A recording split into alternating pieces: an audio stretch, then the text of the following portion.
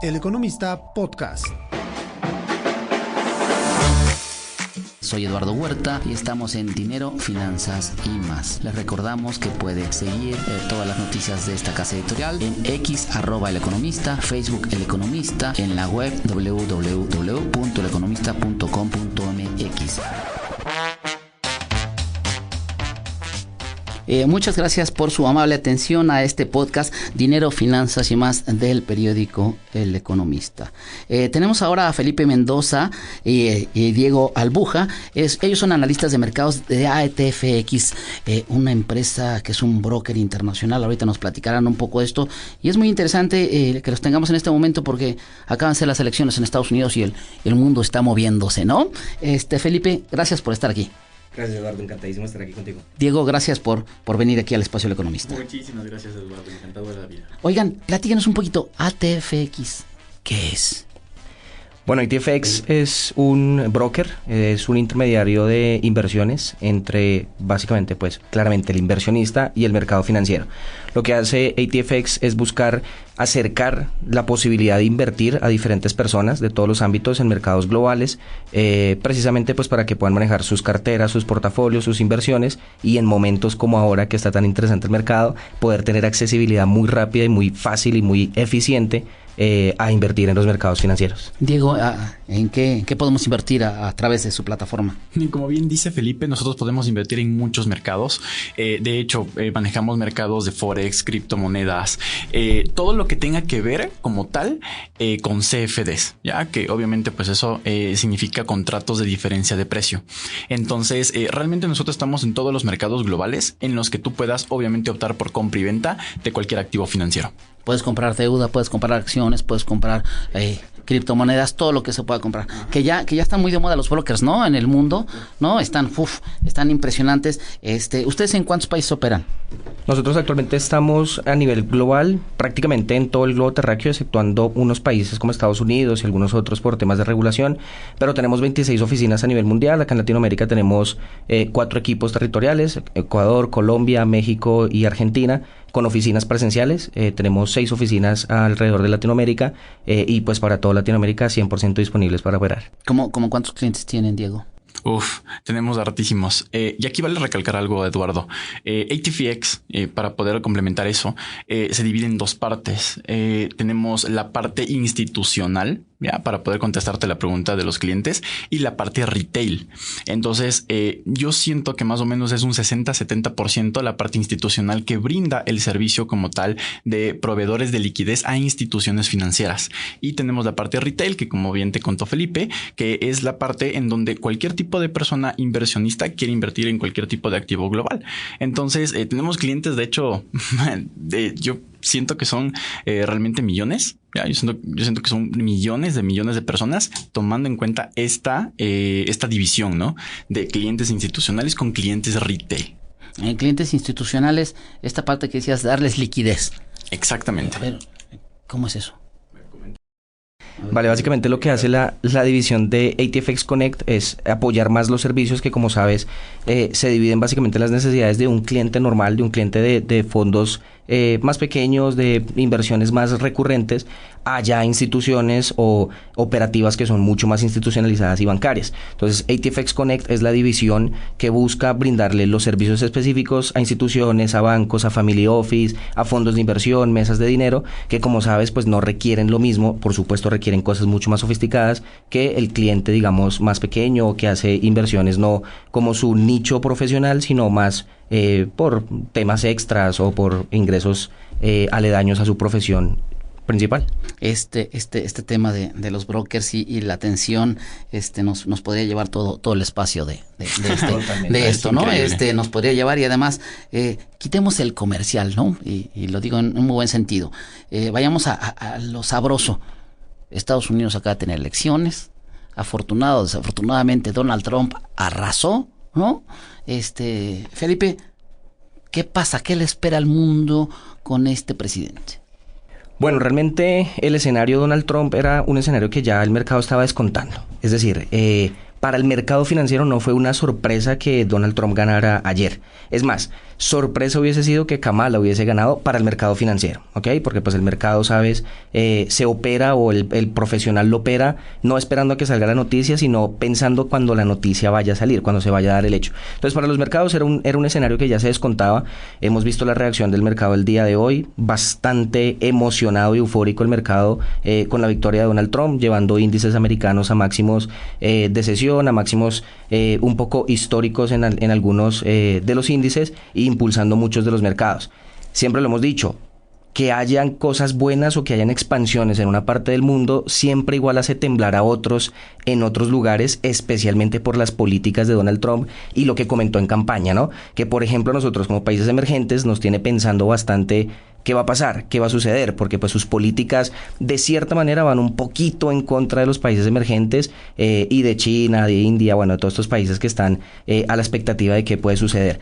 Pero bueno, realmente era un dato que se esperaba, o sea, se esperaba que Donald Trump fuera el que ganara. Desde que se giró la curva en las probabilidades ya se descontaba que fuese a ganar y bueno, al final del día lo que sucedió ayer fue que ocurrió lo que se esperaba, que se concretó la victoria de Donald Trump. Ahorita veremos, Felipe, sí, Diego, ahorita veremos esa parte de si se esperaba, y yo les diría, y en una controversia, qué bueno que se esperaba, porque el tipo de cambio se fue hasta 20, 70 y tantos, ¿no? Pero bueno, ese es un tema. Diego, los mercados en Estados Unidos llegando a máximos, llegando a crecimientos del 3%, cosas brutales. ¿Qué se espera? ¿Qué se espera en Estados Unidos? No, sí, realmente es una locura, más que todo, porque yo... Bueno, estaba consultando un poco sobre las propuestas también de él, y una de las propuestas, imagínate esto, era el recorte de tasas como tal y la reducción de impuestos.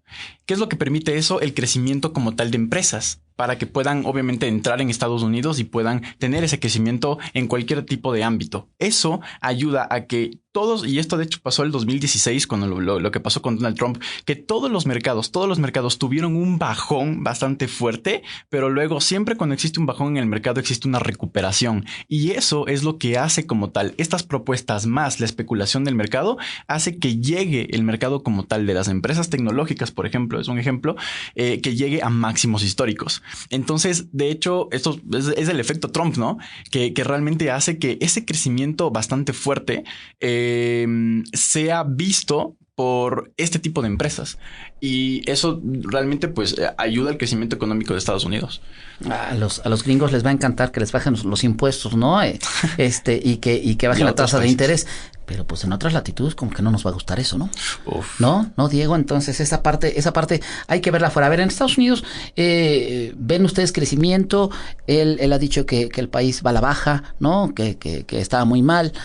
Ahora, y yo creo que está en una situación diferente, Diego, en cuestiones de en 2016, pues tenía un Congreso que no era de él, ¿no? Ahora parece que se va a quedar con, bueno, la Cámara de Senadores ya es totalmente republicana, ¿no? Y Senado y Congreso, pues estamos viendo, pero parece que sí.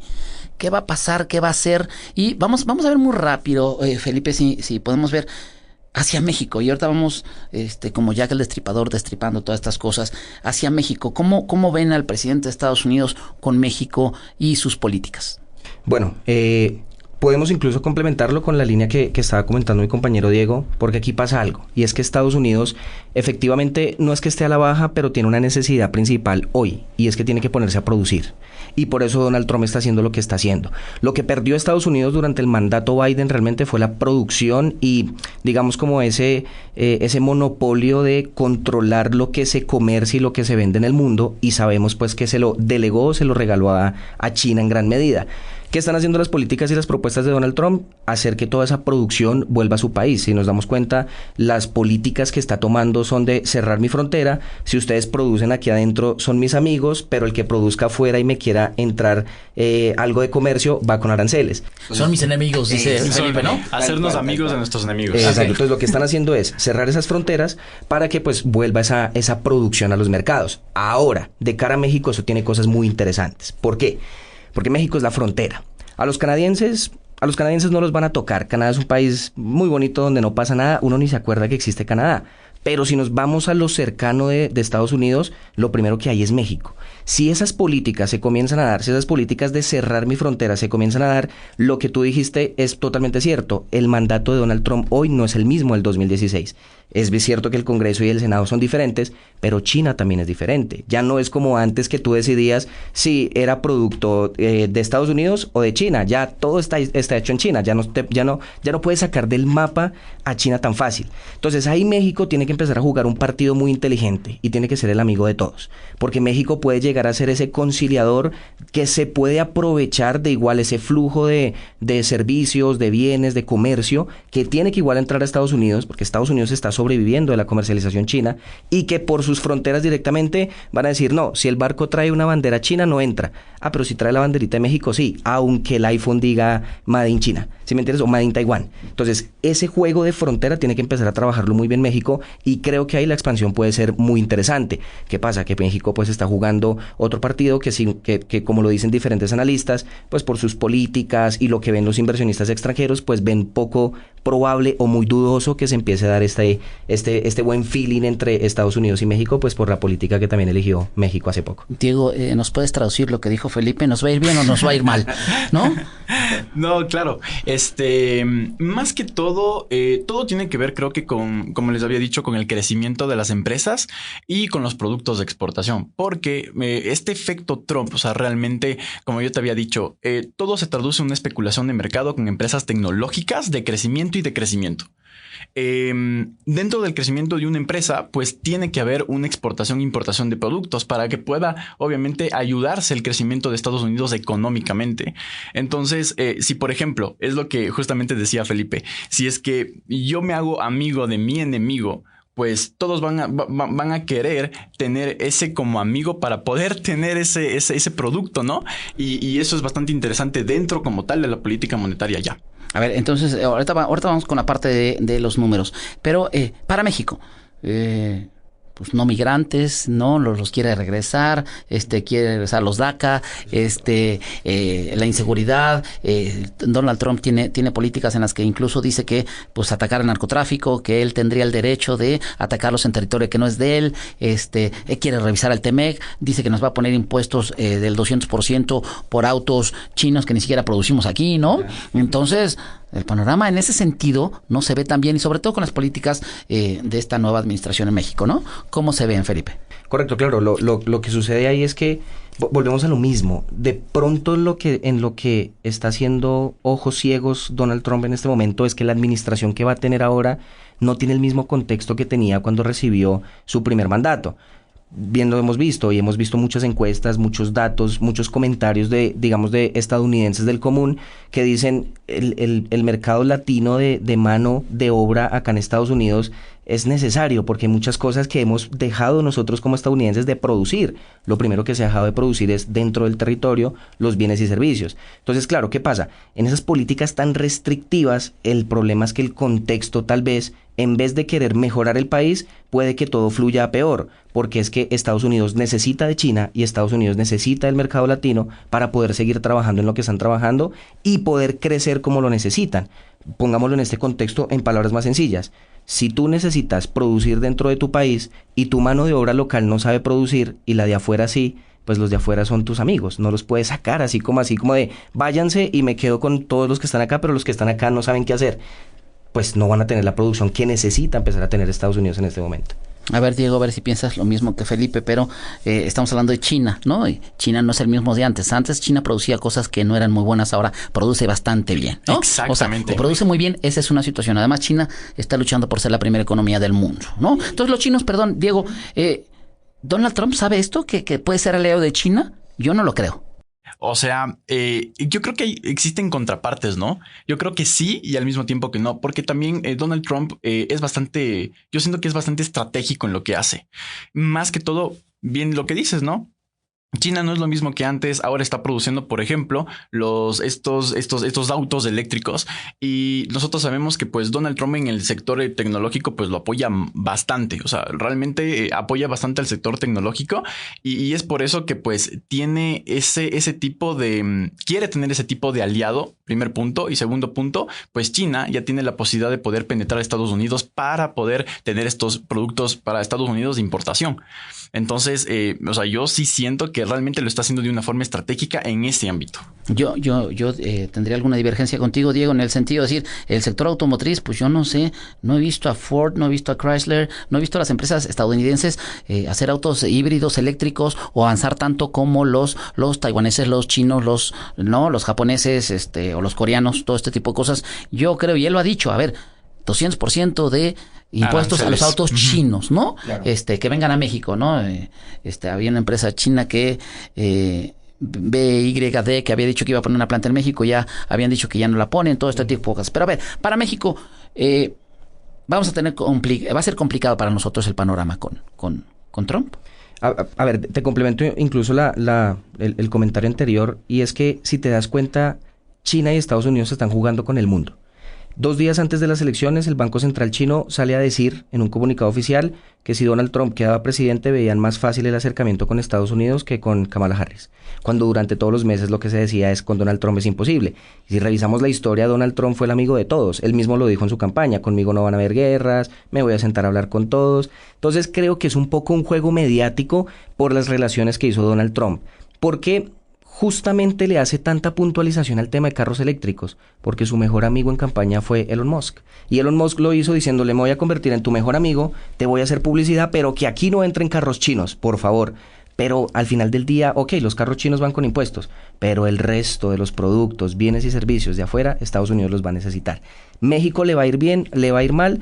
En teoría, con las políticas y cómo se piensan colocar a día de hoy, el panorama no es bueno para México ni para ninguna parte de Latinoamérica. Sin embargo, aquí lo que va a comenzar a suceder es cómo cada país empieza a trabajar esas relaciones con Estados Unidos, intentándole ofrecer soluciones mira, si trabajas conmigo, no tenemos nada que ver con China, pero igual recibes los beneficios de China y de Taiwán, para que tú le muestres a la gente que estás cumpliendo lo que dijiste en campaña, pero pues tampoco dejes a la gente sin los beneficios de poder tener el acceso a productos de China y a la tecnología de Taiwán.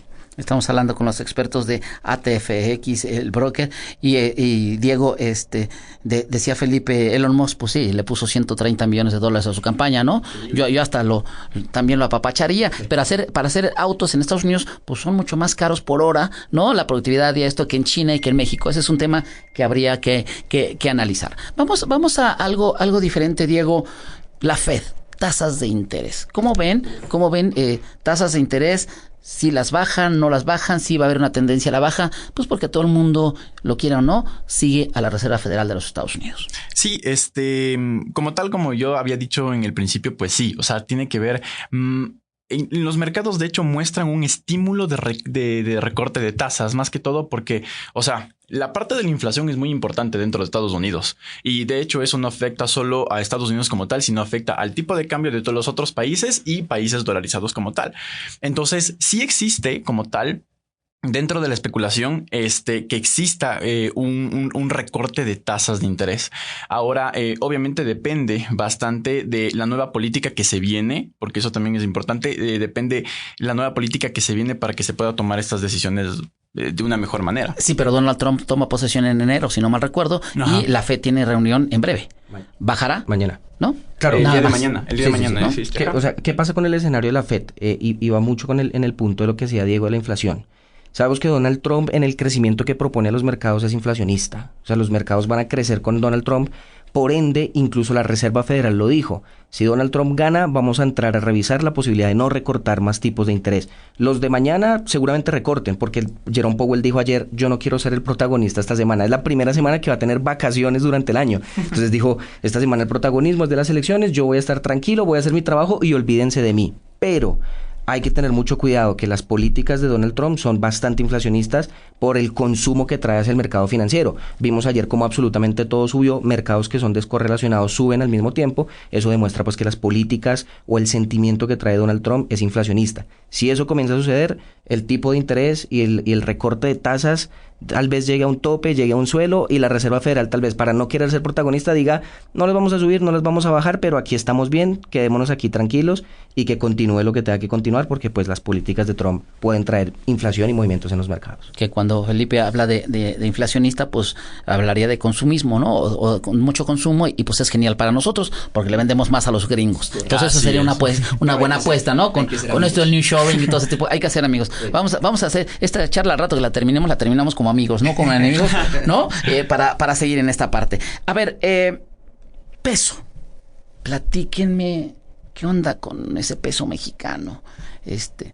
Primero, ustedes decían, los mercados habían descontado, los mercados tratan de prever lo que va a venir, ¿no? Dicen los mercados que el último que sale es el que sale con la peor parte, ¿no? Pues me acaban de decir que los mercados ya veían esto y ayer en la noche veíamos, nada más se ve cómo iba ganando Trump y el tipo de cambio arriba. ¿Qué pasa con el peso mexicano, para hacer aclarar? Sí, y para complementar tu idea, ni siquiera con ese activo, o sea, imagínate que gracias a la campaña de Elon Musk, Bitcoin o activos de refugio, bonos de tesoro, o sea, empezaron a tener ese crecimiento bastante fuerte. Ahora, en cuanto al peso mexicano, de hecho, yo lo estaba analizando entre el día de ayer y el día de hoy, y yo siento que sí está llegando a un punto fuerte. Por ejemplo, estábamos viendo, de hecho, a punto de llegar a los 22, 23 pesos, o sea, el tipo de cambio del peso mexicano dólar. Pero yo sí siento que tiene que hacer un tipo de corrección. Ya hablando un poco más técnico, tiene que llegar por lo menos a corregir, yo siento, los 19 más o menos del tipo de cambio, y dependiendo obviamente de toda la política que se viene y todas las noticias que se vienen, pues tener obviamente una perspectiva de lo que podría pasar o tener una especulación, ¿no? Pero realmente yo siento que eso es lo que posiblemente vaya a pasar. Perdón, entendí que dijiste 22 o 23. Entre 22 y 23. ¿Qué? Ajá. ¿Que llegara? Que llegara más o menos del peso mexicano. ¿Que llegara en el corto o mediano plazo? Sí, o sea, eso significa volatilidad. 100%. Entonces, el peso mexicano, después de lo que tuvo ayer, esos 20, 70, 20, 60 y tantos, ahora que estaba en 20, 17 más o menos, llegar a esos 22, 23, a ese grado no nos gusta lo que está pasando. Para nada. Ahí complemento obviamente lo que dijo Felipe. Yo lo veo por otro lado. A ver, mira la sesión de hoy. Peso mexicano arranca en 20.08 y termina en 20.08, volatilidad pura. O sea, ya México ya estaba descontado. Lo que sucedió el día de hoy es lo que yo suelo llamar puerta de salida para los últimos rezagados que quedaban. Lo de hoy fue pura volatilidad. El mercado ya tenía descontado lo que está sucediendo. Entonces, fíjate que hoy el mercado abre, entra el peso mexicano a la lista de las monedas más depreciadas de la jornada, pero finaliza en el mismo punto de arranque, volatilidad pura y dura, porque lo que sucedió entre ayer y hoy fue simplemente especulación. Ayer en las mesas, en los fondos, en los bancos no había cabezas pensando, había emociones entrando al mercado. ¿Cómo? Y cuando las emociones están operando, te genera la volatilidad que está generando. ¿Qué sigue en el futuro para el peso mexicano? En el corto plazo, en los siguientes meses, si los recortes de tasas se siguen dando, que se espera que sean 25 mañana, 25 en diciembre, tiene México la posibilidad de recortar ese terreno que ha perdido. Pero es que México tiene un problema, tuvo un problema que se juntó todos los escenarios negativos para cuando el dólar empezó a subir. Carry trade en Japón, todo lo que sabemos. Claro, esta parte se nos juntó. A ver, pero entonces tenemos que, no en lo personal, pero tendríamos que comprar dólares, porque si llega a 22, 23, no. La moneda mexicana, tendríamos que, la inflación ha estado alta en México, ha estado alta, y entonces habría que ver si Banco de México vuelve a bajar o no la tasa de interés, ¿no? Y mantiene ese rango diferencial entre la tasa en Estados Unidos y nosotros.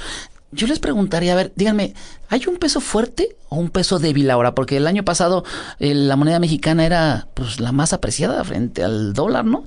Nosotros sacábamos en el periódico El Economista encabezados de que superpeso y ese superpeso se nos fue para abajo, mano, ¿no? Sí. ¿Tenemos un dólar fuerte o un peso débil? Un peso débil. Yo siento que es un peso débil. Claro, tienes un peso, o sea, ¿por qué México está sufriendo más? Porque tienes las dos, tienes el peso débil y tienes el dólar fuerte, por eso es la más depreciada. ¿Por qué se debilitó tanto el peso mexicano? Porque el contexto mundial impactó muy fuertemente a México. No pasó en el resto de monedas, aunque el resto de monedas emergentes también están sufriendo frente al dólar el día de hoy. Todo el mundo emergente en cuanto a monedas está sufriendo el día de hoy. ¿Pero por qué México más? Es la gran pregunta que se hace la gente. ¿Pero por qué México más? Si incluso somos una de las economías más grandes de Latinoamérica, ¿por qué estamos sufriendo más? Porque México viene lastrando los problemas de hace un mes atrás. Carry trade de Japón, inflación, reforma judicial, presidencia, todo eso se junta y te debilita o te hace un escenario un poquito más adverso a la inversión extranjera. Eso te debilita más el peso mexicano. Decimos en México, se juntó el hambre con las ganas de comer, ¿no? Entonces, así lo quería decir, tú dilo, Felipe, no hay problema. Oigan, pero a ver, ¿por qué el peso mexicano se mueve tanto en Asia. ¿Qué tanto del tipo de cambio mexicano se mueve en Asia? ¿Nos podrían explicar qué pasa? ¿Cuántas de las operaciones de esta moneda que es tan líquida y que parecería moneda de refugio entre las emergentes, ¿no? Platíquenme un poco, ¿no? Entre las emergentes. Yo siento que más que todo tiene que ver con el crecimiento de las empresas y más que todo, por la entrada de las empresas como tal al país. Por ejemplo, es mi perspectiva, ¿no?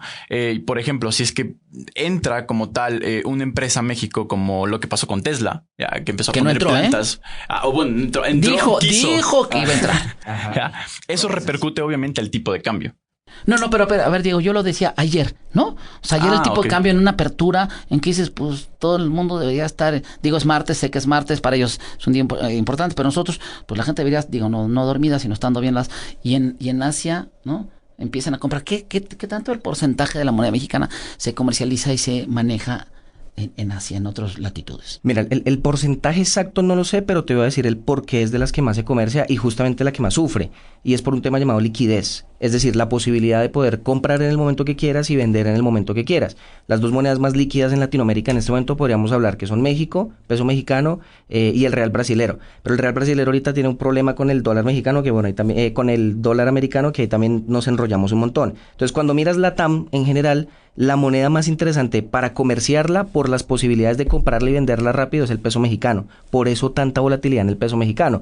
Las otras monedas, digamos que el punto que quiere solucionar todo el resto de países en el mundo, que es darle más liquidez a su moneda, fue lo que salvó ayer que se volatilizaran tanto. El peso mexicano, al ser tan comerciado y al tener tanta accesibilidad mundial en cuanto a lo que es la TAM, es por eso que prefieren comerciar el peso mexicano, descontando como que el peso mexicano representa a toda Latinoamérica. Ese es realmente el detalle de por qué siempre el peso mexicano es el que más se afecta en cuanto a volatilidad. Esa es la razón de por qué el carry trade de Japón se hacía con el peso mexicano y no con el peso colombiano o con otra moneda. Es simplemente con el peso argentino, ¿no? ¿No? Como va en estos momentos, ¿no? Esta parte. A ver, hay dos temas que me gustaría tocar con ustedes. Es mercados accionarios. Estados Unidos ha llegado a máximos y máximos y máximos. Nvidia, Apple vale más de 3.3 billones. O sea, es impresionante. ¿A dónde va a llegar el mercado en Estados Unidos? ¿Valen lo que cuestan, Diego? De mi parte, yo siento que sí. ¿Y sabes por qué? Yo creo que regresamos al mismo tema del efecto Trump, ya como tal. ¿Por qué? Como bien dije, o sea, las especulaciones funcionan de esa forma.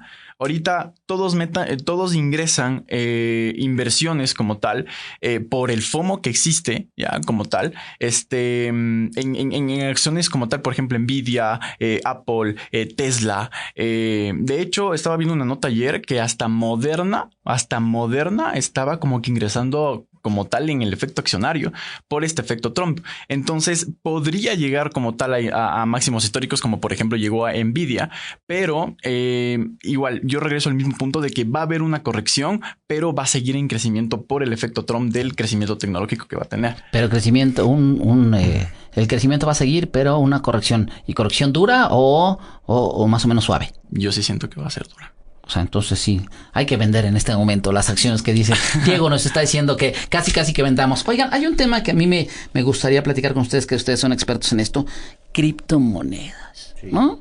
O sea, el Bitcoin, Felipe, llegando a máximos, ¿no? Y leía yo alguna nota que decía incluso otra vez, dirá Diego, por Trump, ¿no? La parte esta de que pues va a ayudar y que quiere tomar a las criptomonedas, meterles, darles impulso, todo este tipo de cosas. $74,000 el Bitcoin, ese tipo de cuestiones. ¿Qué onda con esa moneda? ¿Vale eso, Felipe? Esa es de las preguntas más difíciles de responder. ¿Por qué?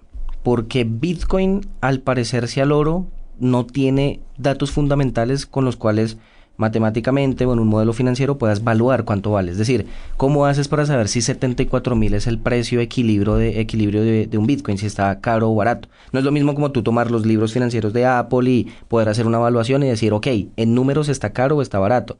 Bitcoin no tiene eso. Entonces Bitcoin, como el oro, es muy difícil de evaluar. ¿Qué pasa?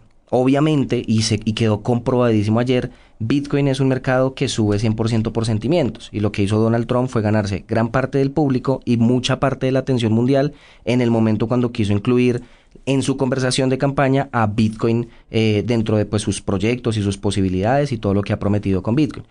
¿Qué sucede aquí? No olvidemos que hay un tema de dólar digital centralizado que son las CBDC.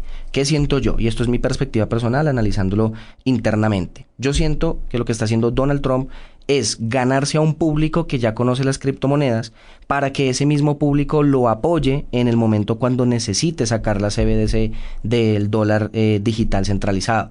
¿Por qué? Porque sin tú tener como amigos ya a los que ya saben qué es el tema cripto, va a ser muy difícil que la gente, sin hacer un despeluque y un revuelco en Estados Unidos, acepte el dólar digital, pues por todo lo que trae en cuanto a centralización pura y dura. Yo siento que realmente es una estrategia de campaña, una estrategia política para poder más adelante conversar o poner en la mesa la CBDC del dólar digital, el dólar centralizado en Estados Unidos, sin que vaya a haber tanta gente que pueda rebotarse en Estados Unidos. Realmente creo que va por ahí. Y Diego, dice Felipe, esta parte de enseñarles a atraerlos, ¿no? Me parece que Trump es excelente en esa parte de la atracción, ¿no? Tuvo hasta estratega, hasta latinos y gente de color que pues antes no votaba por él y ha votado en muchos lados por él, ¿no? Pero la parte está de, fíjate lo que dice Felipe y veamos. Te aviento la caña, te trato de jalar y después te traigo a mi dólar, ¿no? Y a un dólar ya que respalda, centralizado, porque que está respaldado por una economía, claro, que está respaldado por una producción de una nación. Claro. De cambio del dólar del ver a ver si sube o no sube el Bitcoin, ¿no? Ajá. O sea, tratándolos de regresar. A fin de cuentas, ¿te gustan a ti los Bitcoin y te gusta lo que podría pasar con Trump? Es que depende mucho. De hecho, complementando, por ejemplo, lo que dijo Felipe, yo siento que eso justamente, esa estrategia que hizo Donald Trump con el Bitcoin y esa alianza obviamente que hizo con Elon Musk, fueron sus votos como recogidos para poder tener efecto en la campaña. Eso es el primer punto. Obviamente eso repercute en el precio del Bitcoin. Hubo FOMO en el mercado. De hecho, mucha gente empezó a comprar Bitcoin donde no era de comprar, cuando ya no era de comprar, y pues obviamente hubo una grande pérdida en ese aspecto. Ahora, el Bitcoin como tal, yo sí siento que depende mucho de cómo lo maneje la persona. ¿Por qué? Porque existe mucha volatilidad. Por ejemplo, si yo lo manejo como una moneda digital como tal, a mí no me conviene manejarla como una moneda obviamente por la subida y la bajada que puede tener. Pero, por ejemplo, si yo lo manejo como un activo digital, eso ya es muy distinto porque puedo manejarlo como un portafolio. Entonces, yo creo que sí existen como dos rangos ahí que también depende de cómo tú lo quieras manejar como tal al activo financiero. Como lo quieras, una estrategia a largo plazo, ¿no? Pues exacto, imagínense, si Elon Musk tampoco sabía cuando compró los Bitcoins, pues los vendió, perdió como $800 millones por esta criptomoneda, ¿no? Por no saber cuándo vender. Y hay analistas que dicen que puede llegar a $200,000, ¿no? O sea, es increíble esta parte que están diciendo. A mí me llama mucho la atención, y para terminar esta charla, preguntarles, decía, y Felipe le dijo varias veces durante la conversación, las inversiones y todas las decisiones son tomadas por emociones. Totalmente. Aquí, o sea, cuando es lo menos que deberíamos de tomar, Felipe, el corazón por fuera, ¿no? Cuéntanos un poquito cómo verías las emociones en las inversiones, ¿no? Claro, ¿qué sucede? Las emociones son esa frontera que te divide entre lo que te dice tu Excel para tomar la decisión y lo que te está mostrando en pantalla tu portafolio y tu cartera en cuanto a números. Por más que el Excel diga, sostén la pérdida, piénsalo ahora tú en tu mente de estoy perdiendo. O sea, no es sencillo. Por más que el Excel diga quédate quieto, nadie se va a quedar quieto porque las emociones entran. Pero aquí hay un punto muy interesante, y esto lo hablan muchísimos de los grandes expertos en psicología de mercados y en psicología de operativa en inversiones. El mejor indicador son los sentimientos del mismo trader. El trader o la persona que invierte, esos mismos sentimientos que tienen son su mejor indicador, porque eso es lo que está sintiendo el resto de la gente. Si sabes identificar esos sentimientos, ahí es donde logras una excelente estrategia operativa, y principalmente con el manejo de las emociones, que siempre es la razón por el cual, creo yo, el 90% de la gente falla en su portafolio, en sus inversiones a nivel mundial. Diego, ¿dejar fuera las emociones?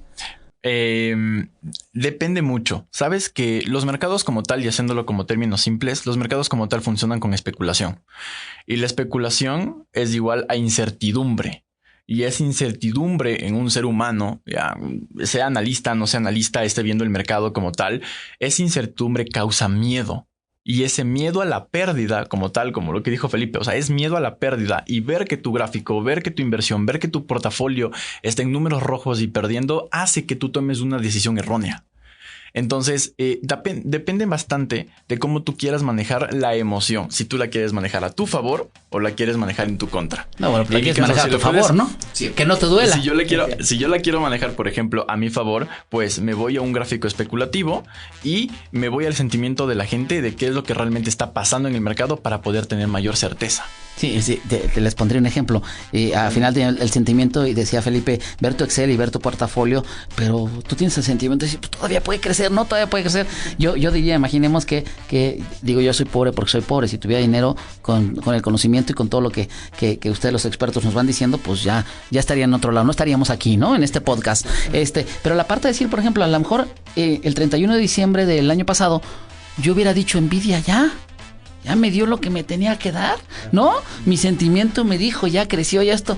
Y este año ha crecido, ¿qué? 160%, una cosa brutal. Y dices, si les hago caso, los cuelgo con todo el sentimiento que tengo en la vida, ¿no? Sí me explico, o sea, la parte cómo ver hasta dónde el sentimiento, ¿no?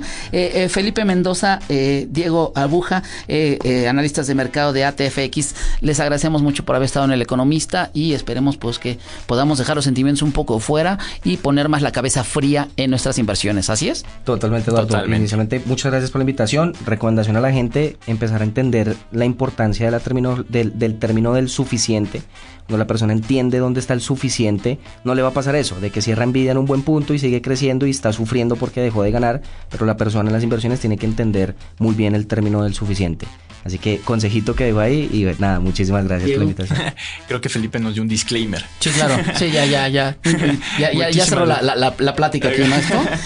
Les agradecemos mucho, le agradecemos a ustedes la fina atención a este espacio del periódico El Economista, a Fabián González y toda la gente de producción del periódico El Economista. Gracias y hasta la próxima.